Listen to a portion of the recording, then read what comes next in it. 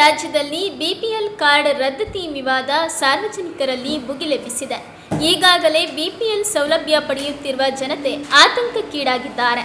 ಕೆಲವು ಕುಟುಂಬಗಳಂತೂ ಪಡಿತರ ಪಡೆಯಲಾಗದೆ ಅತಂತ್ರ ಸ್ಥಿತಿಯಲ್ಲಿದ್ದಾರೆ. ಗೃಹಲಕ್ಷ್ಮಿ ಬೇಡವೇ ಬೇಡ, 5 ಕೆಜಿ ಅಕ್ಕಿಯಾದರೂ ಉಚಿತವಾಗಿ ನೀಡಿ ಎಂದು ಗೋಗರೆದಿದ್ದಾರೆ. ಇದೇ ಸಮಸ್ಯೆ ಬಗ್ಗೆ ರಾಜ್ಯ ಬಿಜೆಪಿ ಅಧ್ಯಕ್ಷ ಹಾಗೂ ಶಾಸಕರಾದ ಬಿವೈ ವಿಜಯೇಂದ್ರ ಅವರು ರಾಜ್ಯ ಸರ್ಕಾರಕ್ಕೆ ಗರಂ ಆಗಿ ಮಾತನಾಡಿದ್ದಾರೆ. ಮಹಿಳಾ ಮತ್ತು ಮಕ್ಕಳ ಕಲ್ಯಾಣ ಸಚಿವೆ ಲಕ್ಷ್ಮಿ ಹೆಬ್ಬಾಳ್ಕರ್ ಅವರು ಗೃಹಲಕ್ಷ್ಮಿ ಯೋಜನೆಯನ್ನ ನಿಲ್ಲಿಸಿಲ್ಲ. ಬಿಪಿಎಲ್ ಮತ್ತು ಎಪಿಎಲ್ ಕಾರ್ಡ್ ಹೊಂದಿರುವವರಿಗೂ ಕೂಡ ಇದು ಅನ್ವಯಿಸುತ್ತದೆ ಎಂದಿದ್ದಾರೆ. ರಾಜ್ಯದ ಆಹಾರ ಮತ್ತು ನಾಗರಿಕ ಪೂರೈಕೆ ಸಚಿವ ಕೆಎಚ್ ಮುನಿಯಪ್ಪ ಅವರು ಜಟಿಲವಾಗಿರುವ ಈ ಬಿಪಿಎಲ್ ವಿವಾದದ ಬಗ್ಗೆ ಸ್ಪಷ್ಟೀಕರಣ ನೀಡಿದ್ದಾರೆ. ಇದಲ್ಲದೆ ರಾಜ್ಯದ ಉಪಮುಖ್ಯಮಂತ್ರಿ ಡಿಕೆ ಶಿವಕುಮಾರ್ ಅವರು ಈ ಸಮಸ್ಯೆಯ ಬಗ್ಗೆ ಸಾರ್ವಜನಿಕರಲ್ಲಿ ಸಮಾಧಾನವಾಗುವಂತೆ ಮಾತನಾಡಿದ್ದಾರೆ. ಬಿಪಿಎಲ್ ಕಾರ್ಡ್ ವಿಚಾರದಲ್ಲಿ ರಾಷ್ಟ್ರೀಯ ಆಹಾರ ಭದ್ರತೆ ಕಾಯ್ದೆ ಅಡಿಯಲ್ಲಿ ಫುಡ್ ಸೆಕ್ಯೂರಿಟಿ ಆಕ್ಟ್ ಕೇಂದ್ರ ಸರ್ಕಾರ, ನರೇಂದ್ರ ಮೋದಿಜಿ ಸರ್ಕಾರ 92.50 92.5% ಅಷ್ಟು ಇವತ್ತು ಸಹಾಯವನ್ನ ಮಾಡ್ತಕ್ಕಂಥದ್ದು ಫುಡ್ ಸೆಕ್ಯೂರಿಟಿ ಆಕ್ಟ್ ಅಡಿಯಲ್ಲಿ. ಇನ್ನ ಬಾಕಿ ಉಳಿದಿರ್ತಕ್ಕಂಥ 7.5% ಮಾತ್ರ ರಾಜ್ಯ ಸರ್ಕಾರ ನೀಡ್ತಕ್ಕಂಥದ್ದು.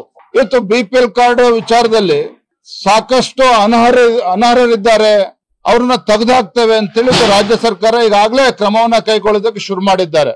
ನಾನು ಕೇಳ್ತೇನೆ ರಾಜ್ಯದ ಮುಖ್ಯಮಂತ್ರಿಗಳಿಗೆ, ಯಾವ ಆಧಾರದ ಮೇಲೆ ಇವತ್ತು ಬಡವರ ಒಂದು ಬಿಪಿಎಲ್ ಕಾರ್ಡ್ ಗಳನ್ನ ಕಿತ್ತಾಕ್ತಕ್ಕಂತ ಕೆಲಸ ನಿಮ್ ಸರ್ಕಾರ ಮಾಡ್ತಾ ಇದೆ? ಆಧಾರ ಏನು, ಮಾನದಂಡ ಏನು? ಅಧಿಕಾರಿಗಳು ಕಂಪ್ಯೂಟರ್ ಮುಂದೆ ಕೂತ್ಕೊಂಡು ಯಾರು ಇನ್ಕಮ್ ಟ್ಯಾಕ್ಸ್ ಪೇಯರ್ಸ್ ಇದ್ದಾರೆ, ಯಾರು ಪ್ಯಾನ್ ಕಾರ್ಡ್ ಹೋಲ್ಡರ್ಸ್ ಇದ್ದಾರೆ, ಸರ್ಕಾರಿ ಅಧಿಕಾರಿಗಳಿದ್ದಾರೆ, ಸರ್ಕಾರಿ ಅಧಿಕಾರಿಗಳು ಯಾರಿದ್ದಾರೆ, ಯಾರು ಅನರ್ಹರಿದ್ದಾರೆ ಅವ್ರನ್ನ ತೆಗೆದಾಕ್ಲಿ, ಅದ್ರ ಬಗ್ಗೆ ನಮ್ ತಕರಾರಿಲ್ಲ. ಅದು ನಿಮ್ಮ ಮಾನದಂಡ ಏನು? ಯಾರೋ 4 ಅಧಿಕಾರಿಗಳು ಕಂಪ್ಯೂಟರ್ ಮುಂದೆ ಕೂತ್ಕೊಂಡು ಯಾರು ಪಟ್ಟಿ ಮಾಡ್ತಾರೆ ಅದರ ಆಧಾರದ ಮೇಲೆ 11.5 ಲಕ್ಷ ಬಿಪಿಎಲ್ ಕಾರ್ಡ್ ಅನ್ನ ಕಡಿತ ಮಾಡ್ತಾರೆ ಅಂತ ಹೇಳಿದ್ರೆ ಇದು ಖಂಡಿತ ಸರಿಯಲ್ಲ. ಇದು ಗೃಹಲಕ್ಷ್ಮಿ ಯೋಜನೆ ಸ್ಪಷ್ಟವಾಗಿ ನಾನು 1,000 ಕಾಡಿ ನಿಮ್ಮ ಮುಖಾಂತರನೇ ನಾನು ಸ್ಪಷ್ಟಪಡಿಸಿದ್ದೀನಿ.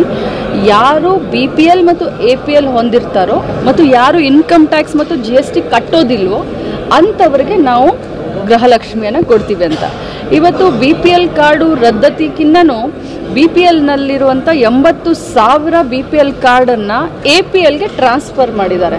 ಸೊ ಟ್ರಾನ್ಸ್ಫರ್ ಮಾಡಿರೋದ್ರಿಂದ ಯಾವುದೇ ಗೊಂದಲ ಇಲ್ಲ, ಯಾರೂ ಭಯಪಡುವಂಥ ಪ್ರಮೇಯನೇ ಇಲ್ಲ. ಯಾಕಂದರೆ ಗೃಹಲಕ್ಷ್ಮಿ ಎಪಿಎಲ್ ಪ್ಲಸ್ ಬಿಪಿಎಲ್ ಇಬ್ಬರಿಗೂ ಬರುತ್ತೆ. ಅವ್ರು ಬಿಪಿಎಲ್ ಇದ್ರೂ ಅವ್ರಿಗೆ ಬರುತ್ತೆ 80,000 ಜನರಿಗೆ. ಆ 80,000 ಎಪಿಎಲ್ಗೆ ಬಂದರೂ ಅವ್ರಿಗೆ ಬರುತ್ತೆ. ಬಿಪಿಎಲ್ ಕಾರ್ಡು ರದ್ದಾಗಿಲ್ಲ, ಎಪಿಎಲ್ ಕಾರ್ಡು ರದ್ದಾಗಿಲ್ಲ, ಇದು ರಾಜಕೀಯವಾಗಿ ಅವ್ರು ಮಾತಾಡ್ತಾ ಇದ್ದಾರೆ. ಈಗ ಬಿಪಿಎಲ್ಲು ಇಡೀ ರಾಜ್ಯ ದಕ್ಷಿಣ ಭಾರತದಲ್ಲೇ 80%. ಕೆಲವರು ಬಿಪಿಎಲ್ಗೆ ಅರ್ಹರಲ್ಲದವರು ಇದ್ದಾರೆ, ಅದನ್ನು ತೆಗೆಯೋ ಕೆಲಸ ಮಾಡ್ತೀವಿ. ಅವ್ರನ್ನ ಎಪಿಎಲ್ಗೆ ಹಾಕ್ತೀವಿ, ಅವ್ರು ರದ್ದು ಮಾಡೋದು. ಅವ್ರಿಗೆ ಬೇರೆ ಬೇರೆ ಸೌಲಭ್ಯಗಳು ಏನು ಬೇಕಾದರೂ ಸಿಗ್ಬೋದು, ಎಪಿಎಲ್ ಇರ್ತಾರೆ, ರದ್ದು ಮಾಡೋದಿಲ್ಲ. ಬಿಪಿಎಲ್ ಕಾರ್ಡು ರದ್ದಿಲ್ಲ, ಎಪಿಎಲ್ ಕಾರ್ಡು ರದ್ದಿಲ್ಲ. ಯಾರು ಬಿಪಿಎಲ್ಗೆ ಅರ್ಹರಲ್ವೋ ಅಥವಾ ಅನುಕೂಲಸ್ಥರಿದ್ದಾರೆ, ಇನ್ಕಮ್ ಟ್ಯಾಕ್ಸ್ ಪೇ ಮಾಡ್ತಾರೆ, ಅಂಥವ್ರನ್ನ ಎಪಿಎಲ್ನಲ್ಲಿ ಇರ್ತೀವಿ ಇಷ್ಟೇ. ಇವತ್ತು ತಮಿಳುನಾಡು, ಕೇರಳ, ಆಂಧ್ರ ಪ್ರದೇಶ, ತೆಲಂಗಾಣ ಯಾವುದೂ 50 ಮೇಲೆ ಇಲ್ಲ, ನಮ್ಮಲ್ಲಿ 80 ಭಾಗ ಇದೆ. ಅಂದರೆ ಬಂದಂಥ ಸರ್ಕಾರಗಳು ಬರ್ತಾ ಮಾಡ್ತಾ 6.5 ಕೋಟಿ ಜನದಲ್ಲಿ 4.5 ಕೋಟಿಗೆ ಫಲಾನುಭವಿಗಳು ಅರ್ಥ ಮಾಡ್ತಾರೆ. ಆದ್ದರಿಂದ ಇದರಲ್ಲಿ ಬಿಪಿಎಲ್ಗೆ ಅರ್ಹರಲ್ಲದೆ ಇರೋರನ್ನ ಎಪಿಎಲ್ ಇಡೋ ಕಾರ್ಯಕ್ರಮ ಪ್ರಕ್ರಿಯೆ ಶುರು ಮಾಡಿದ್ದೇವೆ.